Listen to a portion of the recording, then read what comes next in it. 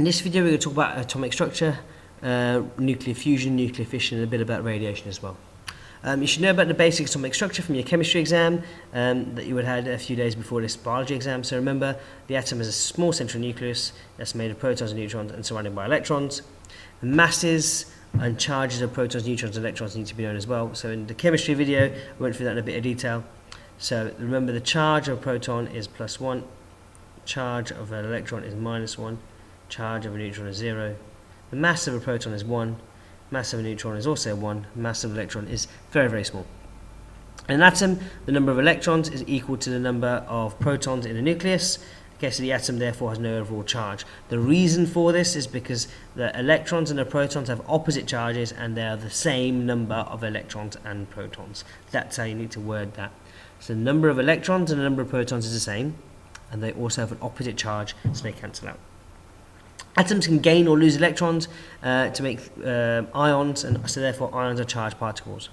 So if you gain an electron, you end up becoming negative. And if you lose an electron, you end up becoming positive. So remember, atoms always have the same. Atoms are the same element, always have the same number of protons. So if they're the same element, they always have the same number of protons, but they can have a different number of neutrons, and we call that an isotope. So if there's a different number of neutrons, we call that an isotope. So total number of protons is the atomic number, or total number of protons and neutrons is the mass number. So it's this mass number that changes if it's a different isotope. So radiation. Some substances give out radiation from the nuclei of their atoms all the time. Whatever is done to them. You can't predict it, just gives it out. You can't change it, just gives out this radiation all the time. These substances are said to be radioactive. There are some origins of something called background radiation. Okay, so background radiation, the main origins you need to know about: nuclear power plants, but they don't give out very much. Cosmic rays, they give out quite a bit. Radon gas, that's the largest contributor to background radiation. You need to be able to identify an alpha particle as 2 neutrons and 2 protons. You need to say it like that: 2 protons and 2 neutrons, which could also be said to be a helium nucleus. A beta particle is an electron from the nucleus. Now that's strange, just an electron from the nucleus. Just know that as a definition. The reason why is there's a change of one of the particles in there. So you don't need to know that much about that. The fact that that a neutron changes into a proton and an electron, you just need to know that an electron is released.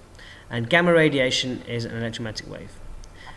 Higher tier students need to know about alpha and beta decay and what actually happens there. So remember, alpha has these numbers over here. Okay, so if you've got alpha decay, if you've got a particle that, I don't know, was say 10 and 4, and that, let's go back, 10 and 4, and that underwent, let's call that particle X, and that underwent alpha decay, then what you'd be left with is 6 on the top and 2 on the bottom, and then you can name the element. If it was beta, it's going to be 0 and -1. So remember, these are the numbers you need to remember. For alpha, you need to remember this bit. Beta, remember, you need to remember this bit that I've just written down. Let's say with X again, exactly the same one, 10 and 4. This time, the numbers are going to end up being 10 on top and 5 on the bottom, because 5 minus 1 gives us that 4 that we had.